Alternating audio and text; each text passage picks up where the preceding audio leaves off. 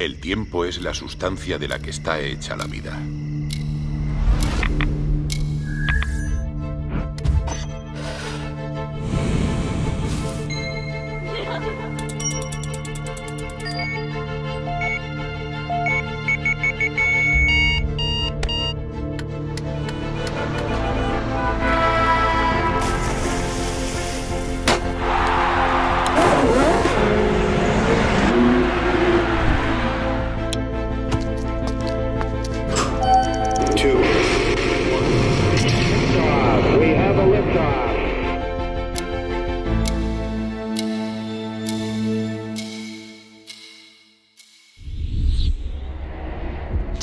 El tiempo. ¿Qué es el tiempo? Todo lo que es, todo lo que fue y todo lo que será se encuentra en esta dimensión que conocemos como tiempo. Todos sabemos que el tiempo se compone en tres partes distintas: el pasado, el futuro y luego cada uno de nosotros vive su existencia en una breve y estrecha franja de la vida a la que llamamos presente. Un instante que se desliza constantemente entre dos aparentes eternidades, desde los albores del más lejano pasado hasta el horizonte de un futuro misterioso e ilimitado. Hasta donde sabemos, la humanidad está abocada a avanzar a través del tiempo. Nunca retrocede. Pero, ¿y si alguien pudiera escapar de los límites del tiempo y lo pudiera detener? ¿Y si pudieras desplazarte en la línea del tiempo como quisieras? ¿Qué harías? ¿A dónde irías? ¿Viajarías al pasado lejano para ver la construcción de las pirámides?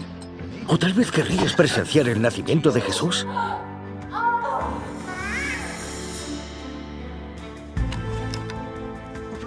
¿O quizás retroceder en el tiempo para evitar el asesinato de Abraham Lincoln?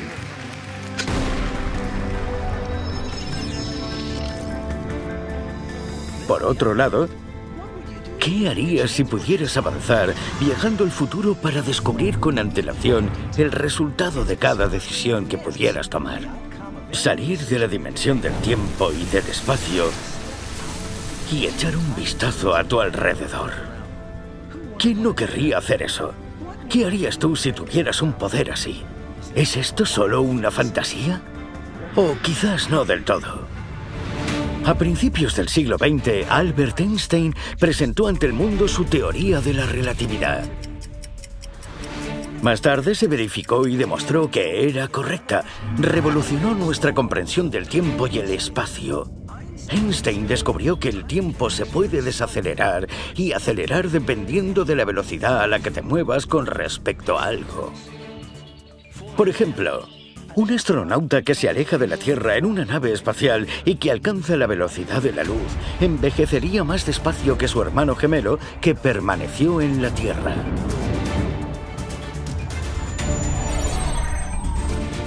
Al regresar el astronauta, su gemelo en la Tierra habría envejecido muchos años más que él mientras estuvo en el espacio. El astronauta se sentiría como si hubiera viajado al futuro.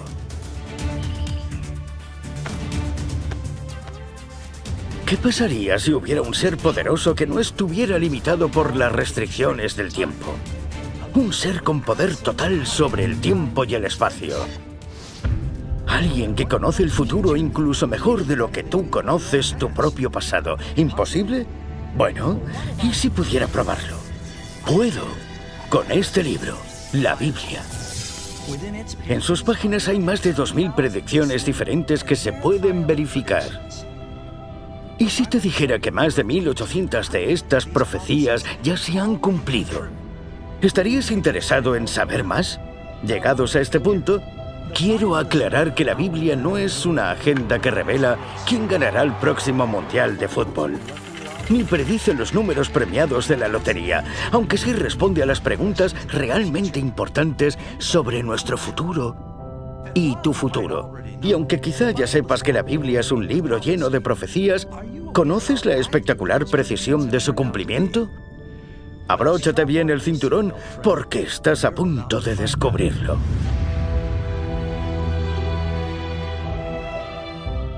Él quita reyes y pone reyes. Su dominio es dominio eterno. Reinos en el tiempo.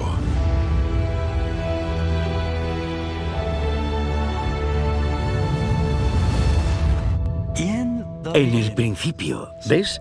La Biblia habla del tiempo. Comencemos mejor con un poco de contexto. En realidad la Biblia es un libro compuesto de 66 libros, escritos por unos 40 autores diferentes, en 3 idiomas, 3 continentes y en un periodo de aproximadamente 1500 años. Los que la escribieron fueron personas de todo tipo y de toda clase social: pastores, reyes, sacerdotes, gobernantes y pescadores. Cada uno con una personalidad única. Cada uno de ellos vivió en contextos diferentes. Algunos estaban encarcelados, otros en palacios, algunos vivían en cuevas, otros eran cautivos en tierras extranjeras. Aún así, la Biblia mantiene la coherencia, tiene un comienzo definido, un tema constante y un final lógico. Todo en torno a un personaje central. Quizá es por eso que la Biblia es el libro más vendido de todos. De 5.000 millones de copias distribuidas y vendidas. Y ahora sí, veamos la primera profecía.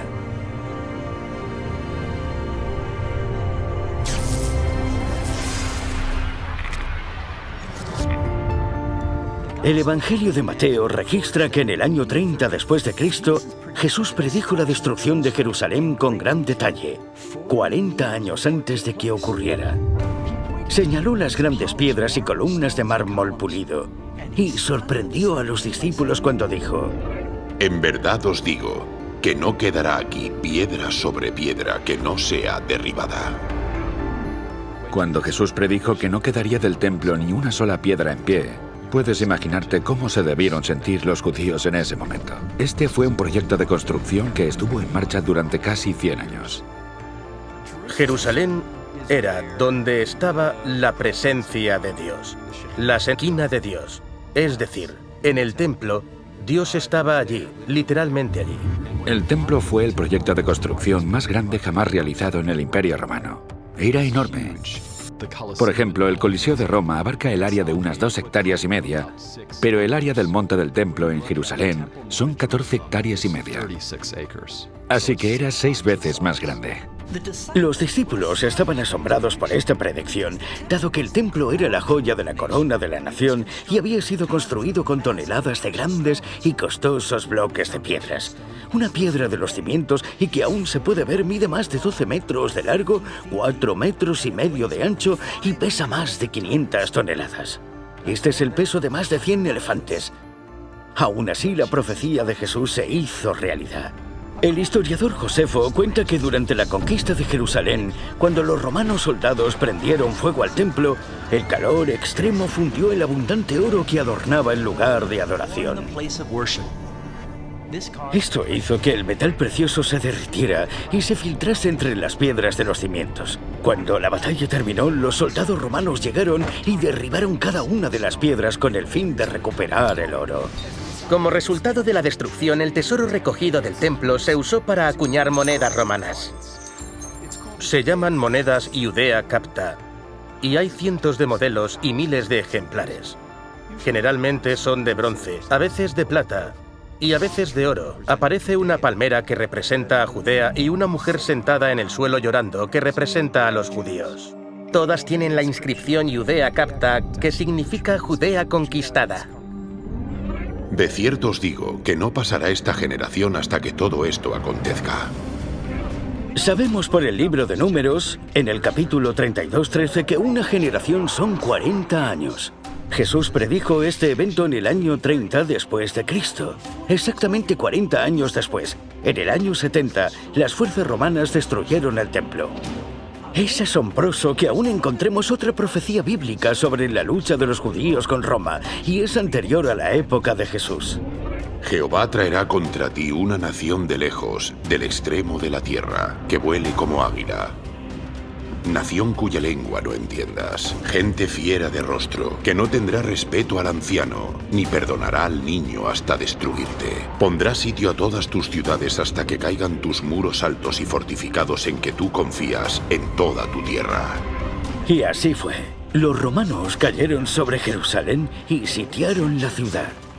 Tal y como Moisés lo había profetizado, los estandartes romanos llevaban la imagen de un águila del complejo del templo original. Es la estructura exterior que se conoce como el Muro de las Lamentaciones. Es interesante que si caminas desde el Muro de las Lamentaciones hacia el sur, hay una zona que está llena de piedras amontonadas. Son enormes capas de piedras partidas, apiladas unas sobre otras y tiradas allí. En la actualidad, no hay ninguna duda de que fue destruido por los romanos en el año 70 después de Cristo. Que esto culminó en ese siglo y que esto fue el fin de un templo en Jerusalén.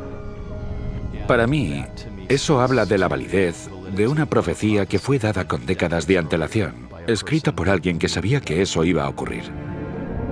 Sión será arada como campo, y Jerusalén vendrá a ser montones de ruinas, y el monte del templo como cumbres de bosque. El pueblo judío y la nación de Israel tienen una historia sobrecogedora. Ninguna otra nación del mundo ha sido más desplazada y dispersada. Ha sobrevivido a varios intentos de genocidio. Un pueblo fuerte y resistente que ha renacido una y otra vez para reclamar su tierra y ha vuelto a prosperar. Es sorprendente que hayan conservado su lengua y su identidad únicas tras casi 2000 años de esclavitud, persecución y dispersión mundial. Y caerán a filo de espada, y serán llevados cautivos a todas las naciones. Y Jerusalén será hollada por los gentiles, hasta que los tiempos de los gentiles se cumplan. Es interesante que aunque los romanos les prohibieron estar allí, después los cristianos les prohibieron estar allí, y luego los musulmanes, y aún así los judíos siempre han regresado a Jerusalén mucho antes de que se constituyera el Estado de Israel. Ya en la década de 1870, incluso en la de 1860 o 1850, los judíos eran un pueblo mayoritario en Jerusalén bajo el gobierno otomano. ¿Por qué? Porque es allí donde querían estar. Así ha dicho Jehová el Señor. He aquí, yo tomo a los hijos de Israel de entre las naciones a las cuales fueron, y los recogeré de todas partes, y los traeré a su tierra, y los haré una nación en la tierra, en los montes de Israel. En mayo de 1948, el Estado judío fue restablecido como una nación independiente. Actualmente, este país, relativamente pequeño, se ha convertido en una potencia nuclear reconocida a nivel mundial. Es líder en tecnología e innovación. Jeremías 25 contiene otra asombrosa profecía sobre la destrucción de Jerusalén y su milagrosa restauración. Toda esta tierra será puesta en ruinas y en espanto, y servirán estas naciones al rey de Babilonia 70 años. 600 años antes de Cristo, Jeremías predijo que debido a la desobediencia de la nación, Jerusalén sería conquistada, el templo judío destruido y el pueblo sería llevado cautivo a Babilonia por 70 años. Esto ocurrió en el año 607 a.C., cuando Nabucodonosor, rey de Babilonia, conquistó Jerusalén. El rey de los judíos, los sacerdotes y los nobles fueron llevados de Jerusalén, de Judea, a Babilonia. Sabemos que estuvieron allí, llevaron con ellos sus libros sagrados, los 5 libros de Moisés y otros libros. En cierto sentido, es aquí cuando comienza el judaísmo moderno, porque ahora adoran a Dios en Babilonia y no en Jerusalén.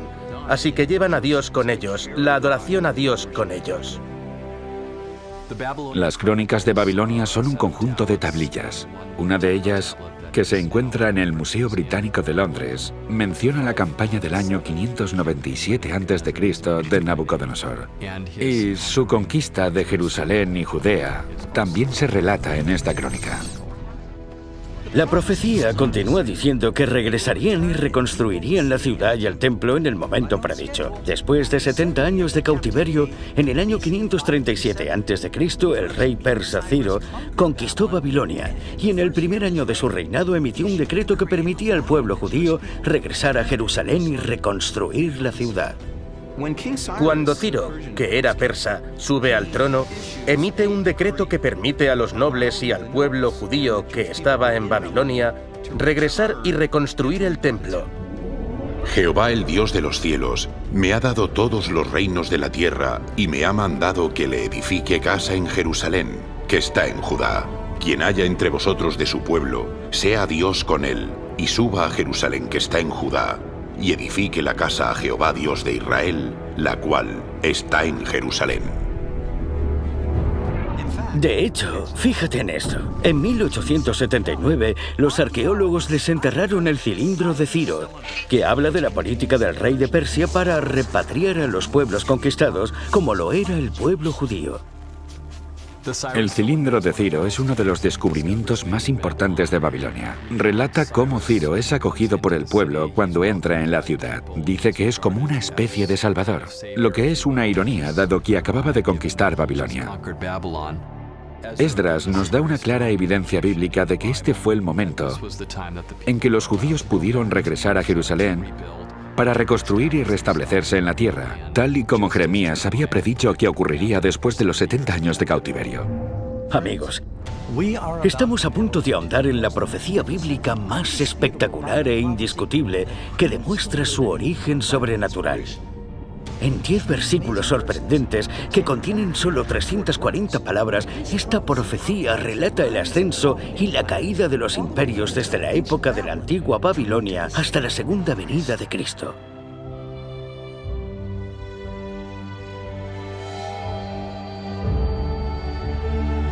Reinos en el tiempo.